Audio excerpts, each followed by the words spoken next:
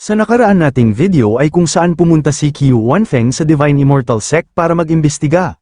Pero bigla inatake siya ni Xuanxue at ngayon tino-torture siya ni Wanfeng at Xuanxue. Nakatayo si Wanfeng sa gilid ng isang bangin, nakatanaw sa malawak na tanawin sa ibaba.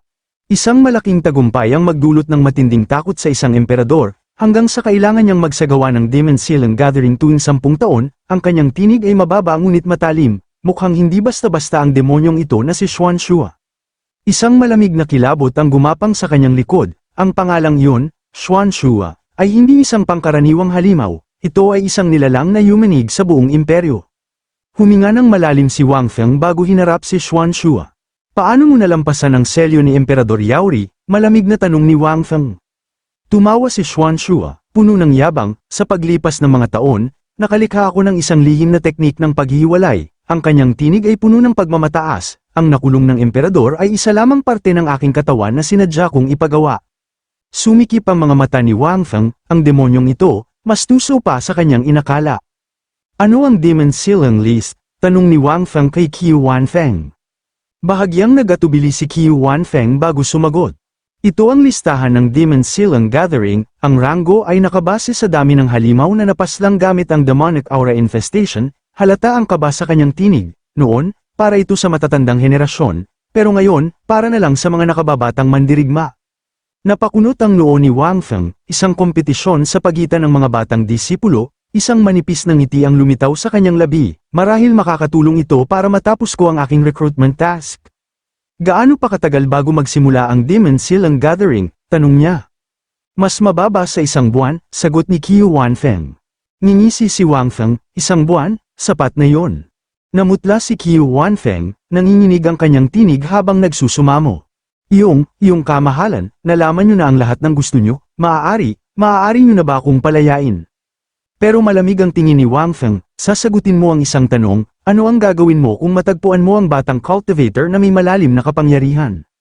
Pinilit lunukin ni Qiu Wanfeng ang kanyang kaba, ibabalik siya sa sekta. Lalong tumilim ang tingin ni Wanfeng, at pagkatapos, biglang sumabog sa galit si Xuanxue, magsalita ka. Halos hindi na makahinga si Qiu Wanfeng, kaya kung mula siya sa isang maliit na sekta, wawasakin namin ang sekta niya at ikukulong siya. Ngumiti si Wanfeng, isang ngiting malamig at walang awa, patayin mo siya. Lumakas ang pulang enerhiya ni Xuanxue, itinaas niya si Qiu Wanfeng gamit lamang ang kanyang kapangyarihan, napasigaw ang huli, ang kanyang katawan nanginginig sa takot. Tumingala si Xuanxue, ang ngisi sa kanyang mukha ay lalong lumalim, at sa isang iglap, boom, sumabog ang katawan ni Qiu Wanfeng, nagkalat ang pulang enerhiya sa ere. System notification, binabati kita, host, ang iyong alagad ay nakapatay ng isang entry phase realm cultivator, nakakuha ng 500 sec points.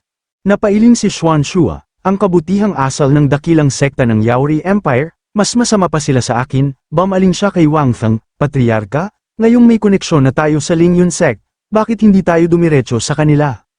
Napaisip si Wanfeng, hindi maganda na may ganitong kapangyarihan ang Lingyun Sect, at kung malaman nilang pinatay natin ang kanilang Great Elder, baka magulo ang Divine Immortal Sect. Matapos ang ilang saglit, nagsalita siya, pero sige, tingnan natin. Sa loob ng marangal na Yaori City, kumikislap ang napakataas na gusali ng palasyo, ang bawat sulok ay puno ng buhay, ngunit sa loob ng palasyo, isang mabigat na tensyon ang bumabalot. Nakatayo si Marquis Changlin, Lin Tianxiang, suot ang kanyang makapangyarihang baluti, hawak niya ang kanyang dragon-adorned weapon, at ang kanyang presensya lamang ay sapat na upang manginig ang kahit sinong harapin niya. Elder Wang, bakit hindi pa bumabalik si Yuni? Ang tagal niyang tapusin ang Ling family. Nakapagkumbabang yumuko si Elder Wang, kamahalan, nagpadala na ako ng mensahe kay Young Master Yuni, siguro, pauwi na siya.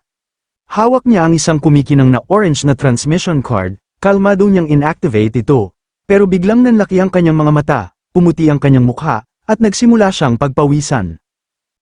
Marquis, nanginginig ang kanyang tinig, kumislat ang mata ni Lin Tianxiang, ano na naman yan, may kagaguhan bang ginawa ang batang yon? Napalunok si Elder Wang, si Young Master Yuni, patay na. Pumailan lang ang nakakabinging katahimikan, para bang tumigil ang mundo sa loob ng palasyo. At pagkatapos, boom, sumabog ang nakakatakot na enerhiya mula kay Lin Tianxiang, umangat ang kanyang buhok sa tindi ng kanyang kapangyarihan, isang iglap lang, napunit ang hangin nang iwas-iwas niya ang kanyang sandata. Hindi pa nakakapagsalita si Elder Wang, isang matalim na atake ang samugat sa kanya, isang bugso ng dugo ang sumabog sa sahig, umingay ang buong palasyo, nanginginig sa tindi ng puwersang inilabas ng Marquis, sinong may guts na patayin ang anak ko, ang kanyang sigaw ay umalingaw sa buong Yauri City.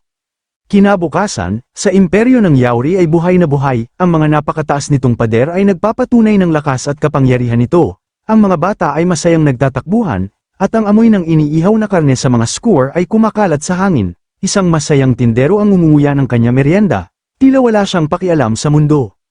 Sa pinakamataas na bahagi ng lungsod, nakatayo si Li Chingchen, ang punong komandante ng imperial na hukbo, isa siyang veteranong at mandirigma, may matang sanay sa panganib, kaya nang makita niya ang isang familiar na pangkat ng mga lalaking nakasakay sa kabayo na mabilis na papalapit sa imperial na distrito exit, agad siyang naging alerto.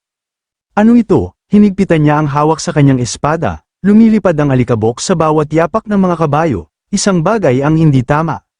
Kasama sa grupong paparating ay isang dambuhalang halimaw ang malakas na humihingal, ang mga nagliliyab nitong pulang mata ay parang mga apoy sa kadiliman, habang ang bawat hininga nito ay nagpapalabas ng matinding init. At sa ibabaw ng mabangis na nilalang na ito, nakasakay si Marquis Changlin, Lin Tayang-Zayang, ang kanyang baluti ay may kintab sa ilalim ng buwan, tila nagbabanta ng kamatayan, ang kanyang aura ay nagniningning sa dilim, isang halimaw na hindi kayang pigilan ng kahit sino. Isang malakas na pag-ihip ng hangin ang biglang sumabog nang bumagsak mula sa himpapawid si Li Chingchen, eksaktong nasa harapan ng paparating na Marquis Changlin, mahigpit niyang itinapat ang kanyang espada, isang babala na hindi maaaring balewalain. Marquis Changlin, Lin Tayang-Zayang, sigaw niya, matigas at puno ng awtoridad. Ang lihim na paglabas ng iyong hukbo mula sa imperial na lungsod ay isang hindi mapapatawad na kasalanan, alam mo ba ang ginagawa mo? Hindi natinag si Marquis Changlin, sa halip, bumigat ang kanyang ekspresyon, puno ng dalamhati ngunit matatag. Alam ko, sagot niya ng walang pag-aalinlangan, pinagtaksilan ko ang tiwala ng kanyang kamahalan. Nang inig ang kanyang kamay sa pagkakahawak sa renda ng kanyang kabayo bago niya pasabog na sumigaw. Ngunit pinatay nila ang nag-iisa kong anak sa kabundukan ng Xingyao, mas mabuti pang mamatay ako kaysa mabuhay ng ganito. Kapag nagawa ko ng ipaghiganti siya, luluhod ako sa harapan ng kanyang kamahalan at hihingi ng kapatawaran. Saglit na natigilan si Li Chingchen, sino ang may lakas ng loob na gawin ito? Ngunit sa halip na sagot, mas lumakas pa ang galit ng Marquis, walang sino man ang maaaring pumihil sa akin na bawiin ang aking anak. At noon, isang misteryosong tinig ang pumuno sa hangin. Hayaan mo siyang umalis, isang utos mula mismo sa kanyang kamahalan, ang kanyang tinig ay malalim, malamig, at puno ng kapangyarihan. Ang pagkawala ng kanyang anak ay nagtulak sa kanya sa pagkabaliw, bagamat ito'y isang kasalanan, nauunawaan ko ang kanyang damdamin, kapag bumalik siya, harapin niya ako. Tumigil si Li Chingchen, muling huminga ng malalim bago niya dahan-daang isinuksok ang kanyang espada sa kaluban.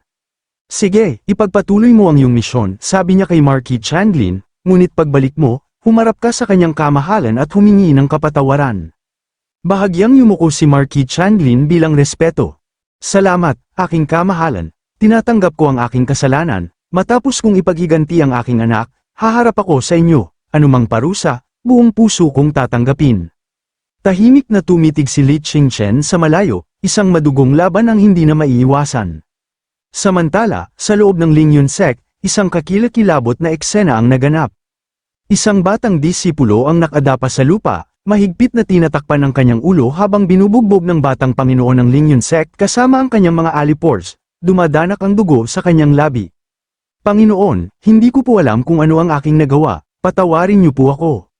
Si Chen Xin, ang batang Panginoon, ay ngumisi, dahil gwapo ka, bibigyan kita ng isang matamis na halik. Nanginginig ang disipulo, pilit na gumagapang palayo. Ngunit hinawakan siya ni Chen Xin, anong lakas ng loob mo para umiwas, akala mo ba karapat-dapat kang magreklamo? Nagtawanan ng kanyang mga alipores, salamat sa aming mga magulang at hindi tayo kasing gwapo niya, kung hindi, matagal na tayong naging laruan ni Young Master. Kung hindi tayo tinaguri ang tatlong pangit ng Yunlin Sect, matagal na tayong naging alipin niya. Ngumisi si Chen Xin, isang alipin ay alipin pa rin, ni hindi mo man lang matitiis ang ilang hampas, napakawalang silbi mo. Sa anino, pinagmamasdan ni Wang Feng ang eksena, mahigpit na nakuyam ang kanyang kamao. Napakasama ng batang Panginoon ng Lingyun Sect, tila hindi ito isang marangal na sekta. Biglang isang hindi inaasahang mensahe ang lumitaw sa kanyang isipan. Sistema, binabati kita, natuklasan mo ang isang natatanging henyo. Nanlaki ang mga mata ni Wang Feng. Sistema, hindi mo ibig sabihin na, siya ang henyo na tinutukoy mo. Ang natatanging henyo, ay ang disipulong ito. Halos hindi siya makapaniwala, paano ang isang taong ganito kahusay ay nagdurusa sa ganitong kalupitan.